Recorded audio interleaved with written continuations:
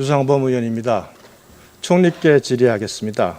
예. 사실 법무부 장관이 계셔야지 이 질의가 조금 의미가 있는데 총리께서 전문가가 아니시다 보니까 제가 질의하는데 조금 조심스럽긴 합니다.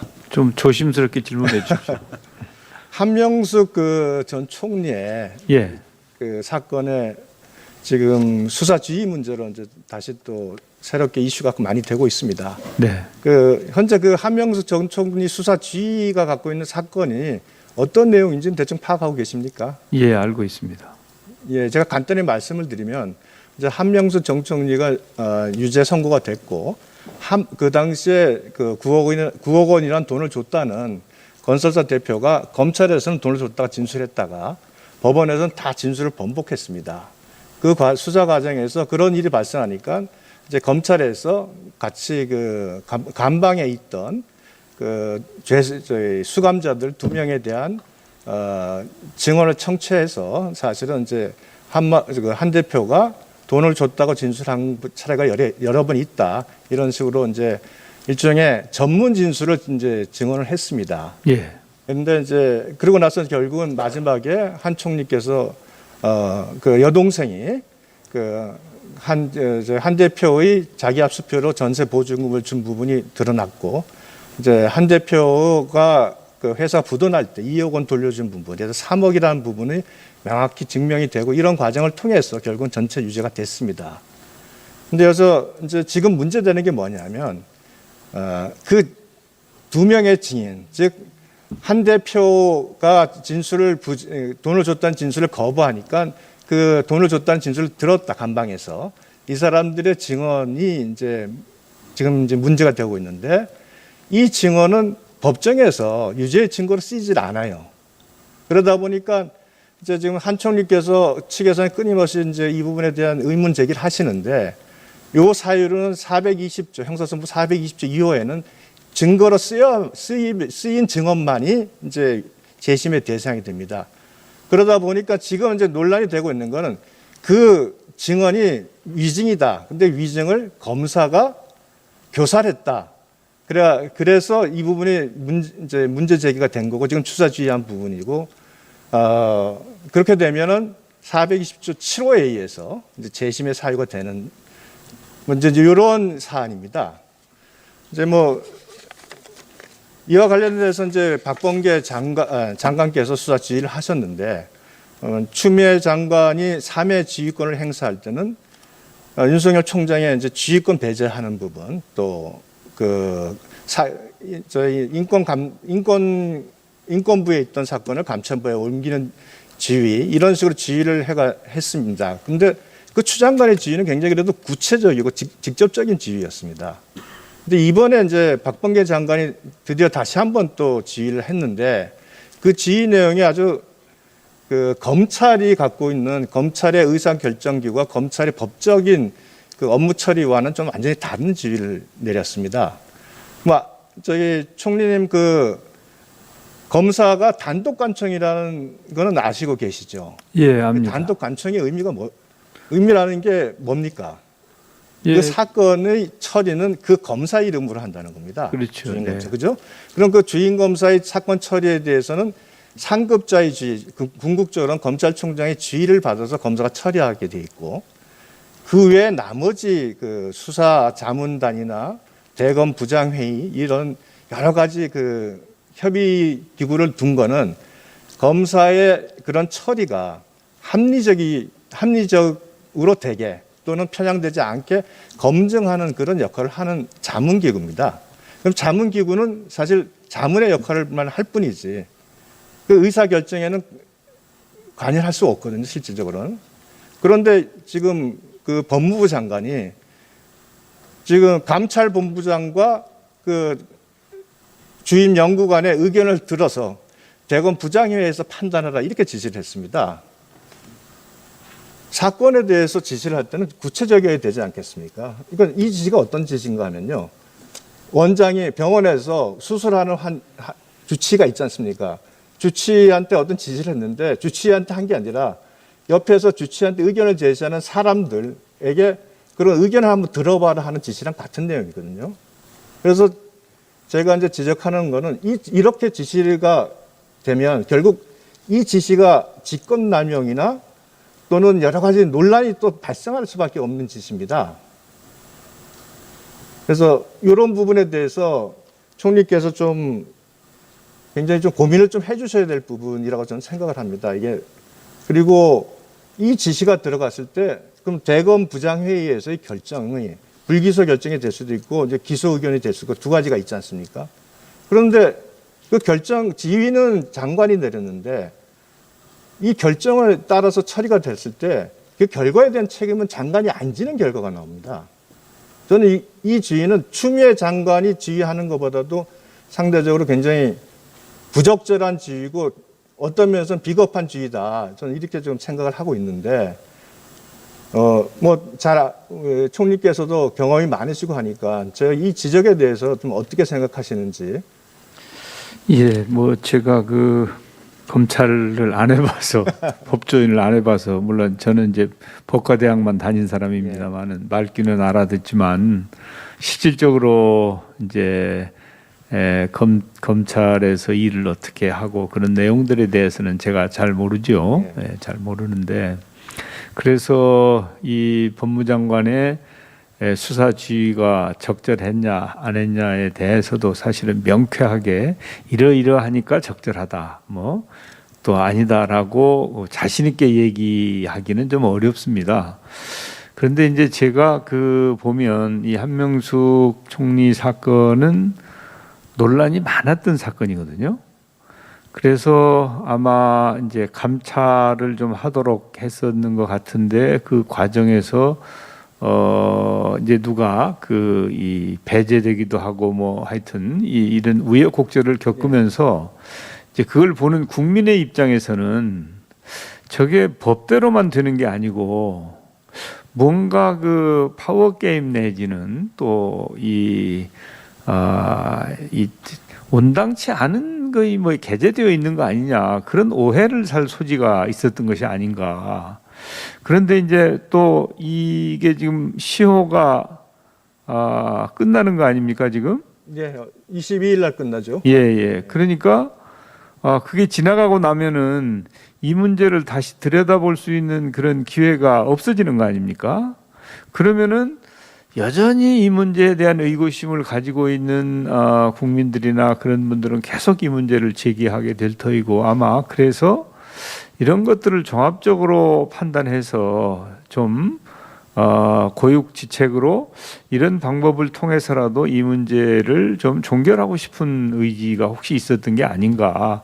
뭐 제가 이 문제와 관련해서 법무장관하고 뭐 대화를 해본 적도 없고 전혀 내용을 알지도 못하고요. 또 이런 개별 사건에 대해서 뭐 제가 그렇게 깊이 관심을 가지고 들여다보지도 않았기 때문에 하여튼 그런 고충이 있었을 것 같다는 생각이 들어요. 그래서 어쨌든지 간에 이런저런 논란이 있으니까 그런 논란이 지속되는 것은 바람직하지 않아서 이런 절차를 통해서 혹시 그 법무장관의 수사지휘권이라는 절차를 통해서 어떤 형태로 결론이 나든 이 문제가 종결이 될 수 있다면 그것은 또 그런대로 의미가 있는 게 아닌가 저는 그렇게 생각을 하고요.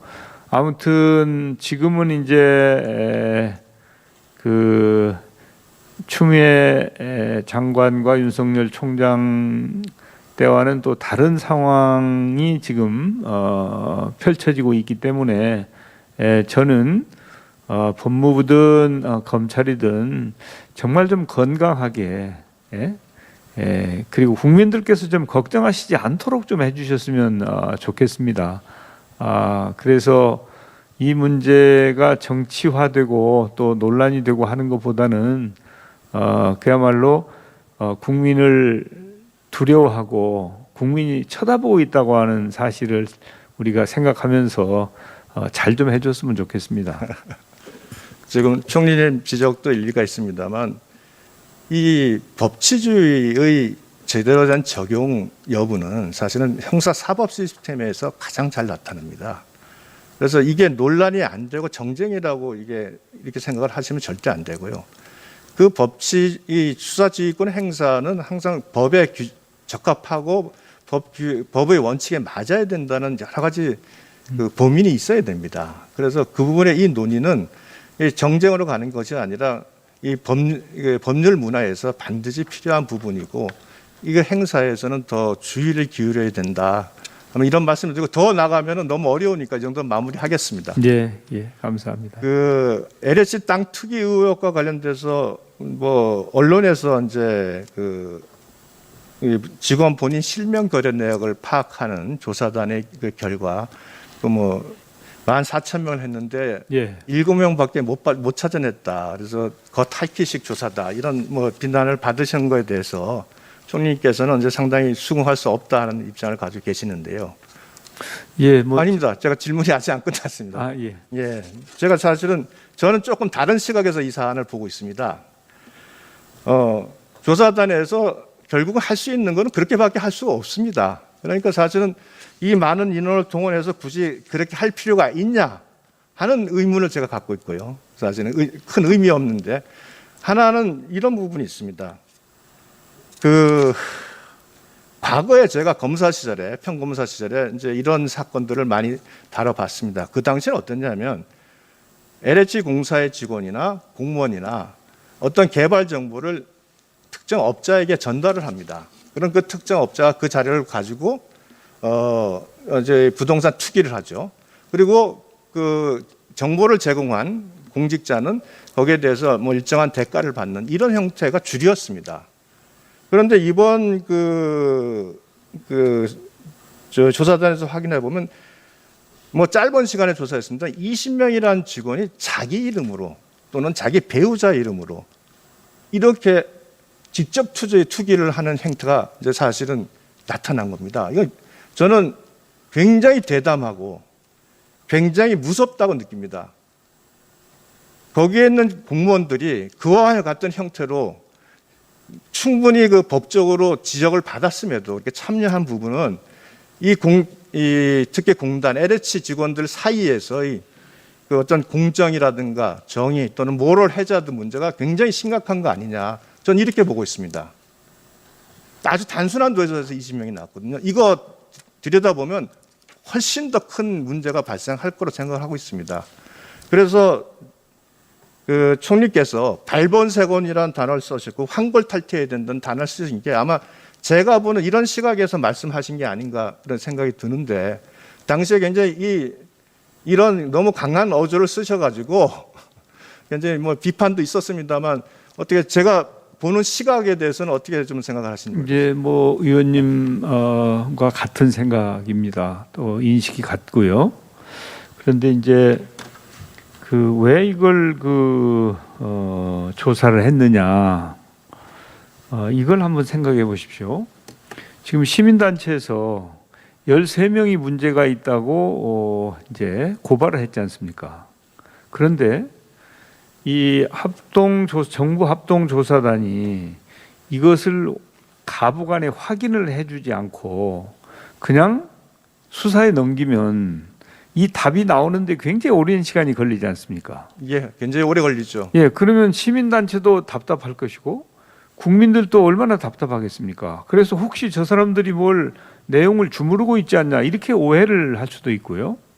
그래서 정부로서는 이 LH 직원들과 또 국토부 직원들이 직접 자기 이름으로 한 부분은 쉽게 확인할 수 있고 거기는 오류가 있을 수가 없습니다. 그렇지 않습니까? 예. 토지대장하고 거래대장 대조하는데 거기 무슨 오류가 있을 수 있겠습니까?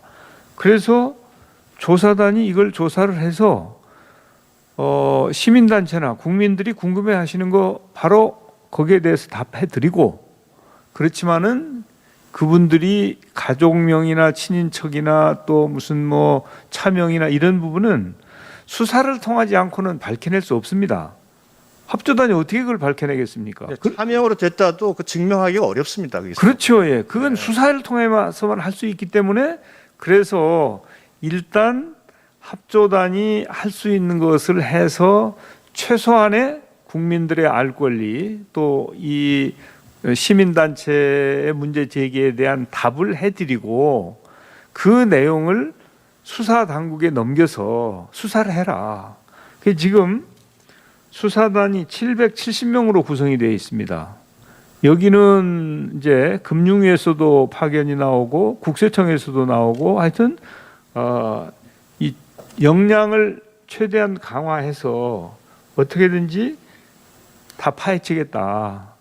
이번 기회에 아예 발본색원하고 문제를 제거해야지 여기서 미봉하고 지나가면 이런 일이 다시 일어나지 않는 보장이 없다. 그래서 이번 사건은 지위 고하 뭐 무슨 이런 거 가리지 않고 성역 없이 확실하게 조사 내지 수사를 해서 책임 추궁을 하고 동시에 그것을 토대로 해가지고 법과 제도의 정비를 하자.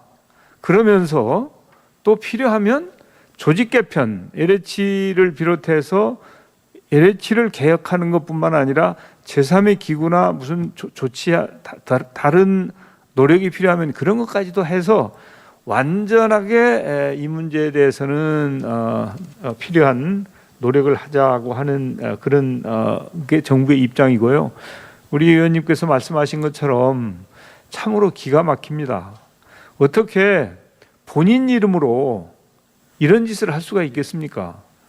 그래서 이제 이 다른 이름으로 차명이나 아니면 친인척 이름으로 한 게 얼마나 있는지 없는지는 그건 수사를 해봐야 알겠습니다만은 저는 20명이나 되는 사람들이 본인 이름으로 이런 짓을 했다고 하는 것은 이것은 상상을 초월하는 일입니다. 그래서 저는 이 20명이 작다고 그러시는데 사실은 한 명도 없어야 되는 건데 20명씩이나 나온 거 아닙니까? 맞습니다. 예, 그리고 13명의 문제에 대해서 빨리 신속하게 정부가 확인해 준 것은 칭찬받을 일이지 저는 비난받을 일은 아니라고 생각합니다.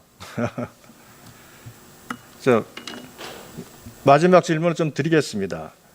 그 작년 7월에 제가 이제 이 질문을 드리는 이유는 이 검찰청 수사권 조정을 하면서 발생했던 부분인데 흑묘 백모 이론의 연장선상이라 보시면 됩니다. 작년 7월에 수사권 조정회의를 열면서 시행령을 초안을 나왔을 때는 법무부의 장관의 승인을 받으면 6대 범죄 외에도 중요 사건은 직접 수사할 수 있는 조항이 있었습니다.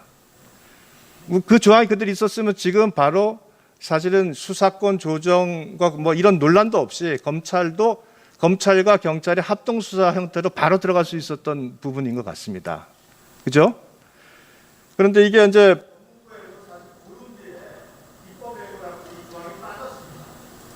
그러다 보니까 이제 결국 검찰의 수사권이 있냐 없냐는 논란을 일어나게 됐습니다. 그래서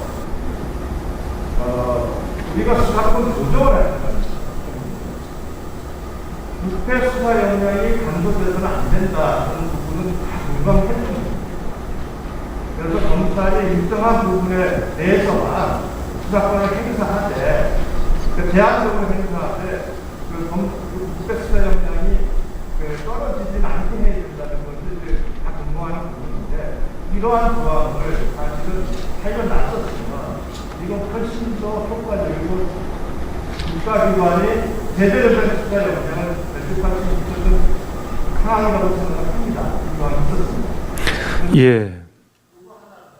만약 이 조항을 우리가 문제가 된다면 또 하나 보면 우리 국회 감시법에 있습니다. 국회 감시법을 보시면 거기에 공무원이 공공의 이익을 이용해서 어떤 이익을 취득하면 처벌할 수 있다는 규정이 있습니다. 규정의 공직국회에 대해서 기본 규정입니다.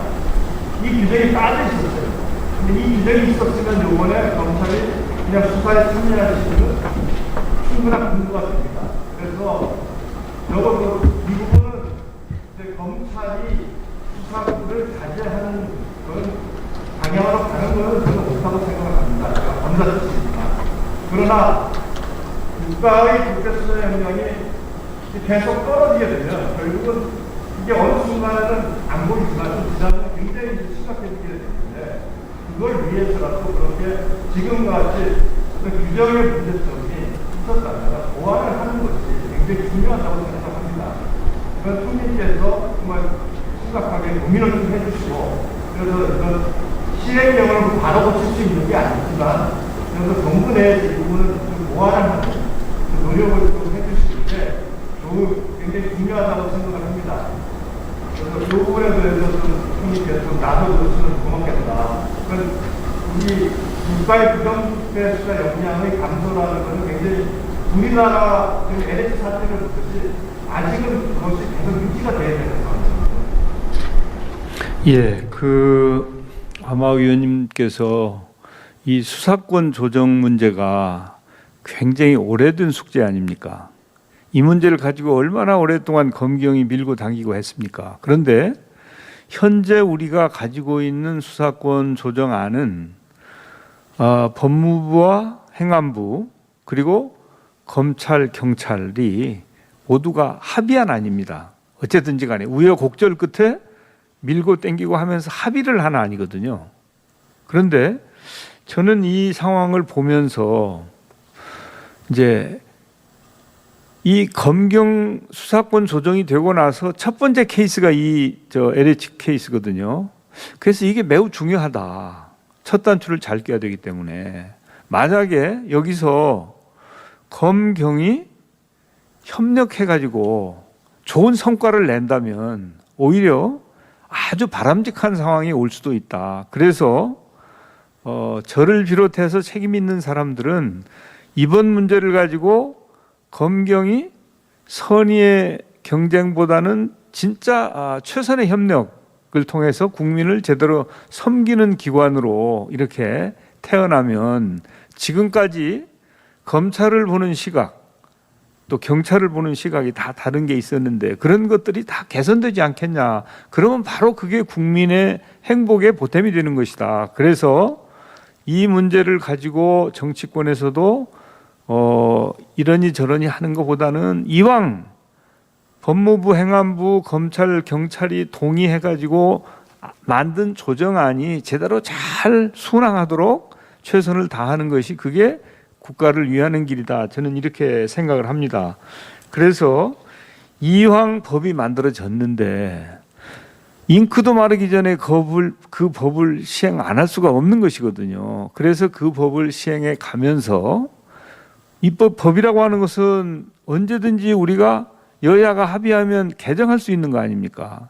그렇기 때문에 현재 정말 오랜 노력 끝에 합의한 이 조정안을 이 첫 번 케이스에 반영을 해서 잘 시행을 해보고 혹시 문제가 있으면 또 여야가 합의해서 고치면 될 일이다. 그렇기 때문에 일단은 이번 LH 케이스는 조정된 수사권의 범위 안에서 검경이 잘 협력하도록 했으면 좋겠다는 생각이고 지금은 검경이 잘 협력하는 모습을 보이고 있습니다. 그리고 제가 알고 있는 한 지도부도 그럴 의향을 가지고 있다고 판단하고 있기 때문에 저는 희망적으로 생각하고 이번 LH 사건이 국민의 눈높이에 맞게 정말 유능하게 수사가 이루어지고 이 국회에서는 제도 개선과 입법까지 완수함으로 해서 다시는 이 땅에 이런 일이 일어나지 않도록 해야 될 책무를 우리가 가지고 있다고 저는